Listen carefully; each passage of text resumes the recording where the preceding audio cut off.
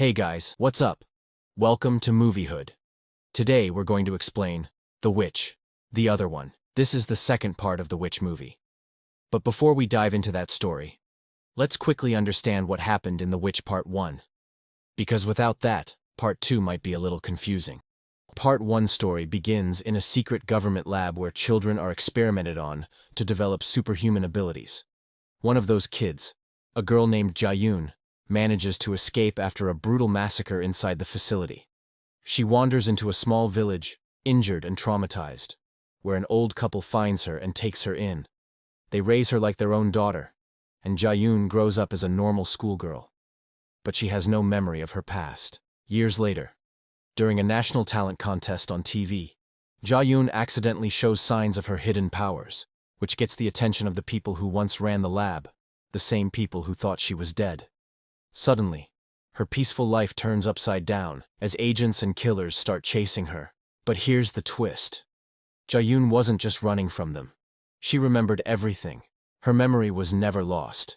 She was just waiting for the right moment to strike back. The movie ends with Jayun brutally defeating all the attackers, and revealing that she has a much deeper, darker plan, and that she might not be the only one like her. In the final moments, Jayun visits the original doctor behind the experiments, and asks about a mysterious girl, someone even more powerful than her. That's when we realize Jayun is not alone. The second movie opens with a young girl, covered in blood. She's on a farm, breathing heavily. Around her, cows wail and die gruesome deaths. In the background, her mother's voice calls out to her. When the farm dog attacks her, the screen fades to black. A woman on a bus wakes up from a nightmare. The rest of the passengers are singing along to a song. Her friend teases her for sleeping with her boyfriend, but she begs her to keep it a secret. Time passes. Everyone on the bus falls asleep. While they're unaware, the bus suddenly takes a detour into an abandoned mine. As the passengers start questioning what's happening, some men put on masks and release green gas.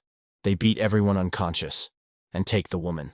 When the girl regains consciousness, she finds herself in front of Dr. Beak. Dr. Beak is the same woman who experiments on children to turn them into metahumans. She had also experimented on Jayun before. On the news, they are reporting about the girl's bus, saying the bus fell into a ravine, and all the passengers died. Hearing this, the girl feels devastated. She asks Dr. Beak, "Why am I here? I'm pregnant. Please let me go."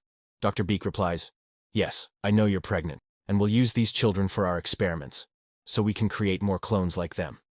In the present day, a woman with a Tua tattoo smokes outside a lab. These metahumans are extremely powerful because they were turned from regular humans into something more. All of them go to Dr. Beak's lab and kill everyone there. That was their mission. After they leave, we see a girl lying in blood. Surprisingly, she is still alive and can move easily. As she walks outside, she starts feeling a sharp pain in her head. Her powers start to grow rapidly, and we see everything around her floating in the air. This girl's name is Aquan. Meanwhile, some cars arrive at the professor's house. Leading them is Zhang, the professor's nephew. He's a metahuman too. While he tries to make small talk, the professor gets to the point. Who caused the lab breach? He suspects Jayun, but someone from inside leaked her location. It's either the Alliance or the transhumanists. Now we see Aquan walking through a snowy forest. She reaches a road and narrowly avoids getting hit by a car. The car stops and reverses toward her. The man inside is Youngdu, a gang leader. He asks Aquan about herself, but she doesn't respond. Then Youngdu forcibly puts her in the car. They were already taking another girl, a businesswoman, who they had kidnapped. Youngdu's men start bothering Aquan. When the other girl tries to stop them, they begin to beat her. Aquan gets so angry that she uses her powers. She throws each man out of the car. One through the windshield, one through the door, and one out the back. The car crashes, killing all the goons except for their boss, the kidnapped girl, and Aquan.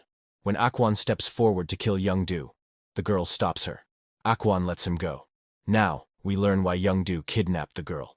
He wanted to buy her land, but she refused to sell, so he was taking her away to kill her. Here, we find out the girl's name, Kyung-hee. After this, Kyung-hee calls her uncle and asks him to come pick her up. When her uncle arrives, Aquan suddenly collapses. Blood starts coming from her nose and mouth. She passes out. Kyung-hee puts her in the car and takes her along. Kyung-hee's uncle is a doctor. He treats Aquan's wounds, but is shocked to see them healing on their own. He thinks maybe he's drunk and just imagining it all. Then we see a female soldier, covered in blood, surrounded by corpses. She had just stormed into a research lab and killed several metahumans. She's with a partner. From their conversation, we understand they both work for Dr. Beak and have just wiped out a group of metahumans who belong to one of her enemies. This girl's name is Jo Hyun. She removes a bullet from her body with her bare hands. Her body starts to transform, and we realize she's also a metahuman. Her wounds are healing on their own. She drinks to calm herself, and her brain starts processing information at lightning speed. The next day, she goes to meet Dr. Beak. Dr. Beak tells her, "The woman we kidnapped is Aquan's biological mother. Aquan was cloned from her embryos." Then Dr. Beak tells about Aquan. She was last seen at the Shanghai lab. Kyung-hee brings Aquan home. On the ride, Aquan smiles at animals. Innocent, childlike. At home, we meet Kyung-hee's brother, Dae-gil. He's concerned, but Aquan misreads him, until Kyung-hee calms her. At dinner, Aquan devours everything. She's never had a real meal. While the siblings argue about their past and land, Aquan just keeps eating. After dinner, when Aquan goes to sleep, she suddenly feels an intense headache. Blood starts coming out of her nose. Just then, some thugs arrive outside the house. They try to pressure Kyung-hee to sell her land. When she refuses, they start beating her and her brother. Aquan sees all this from the rooftop. She jumps in and begins attacking each of them. With just a single punch, she throws them far away. To her, humans and vehicles were the same. Even she didn't realize whether she was throwing a car or a person.